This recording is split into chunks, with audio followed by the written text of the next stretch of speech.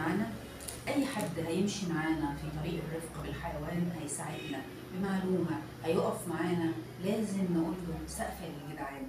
دكتور حمد الله ان انا خبطت له المشوار ده وهو دايما تعبني معاه، ده مش من فراغ.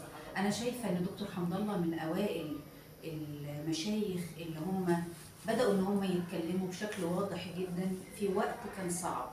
يعني في وقت 2019 انا ما اعتقدش ان كان في حد بيتكلم في الرفقه بالحيوان، علشان كده دايما دكتور حمد الله مميز جدا جدا ليا. مني ومنكم هنقدم لدكتور حمد الله شيء بسيط نعرف فيه ان احنا بنقول له شكرا ان انت ماشي معانا في الطريق الصعب، طريق الرفقه بالحيوان في بلدنا مصر. شكرا يا دكتور، وسقفه كبيره ليك. اتفضل. شكرا لحضرتك. متشكر قوي يعني، متشكر جدا.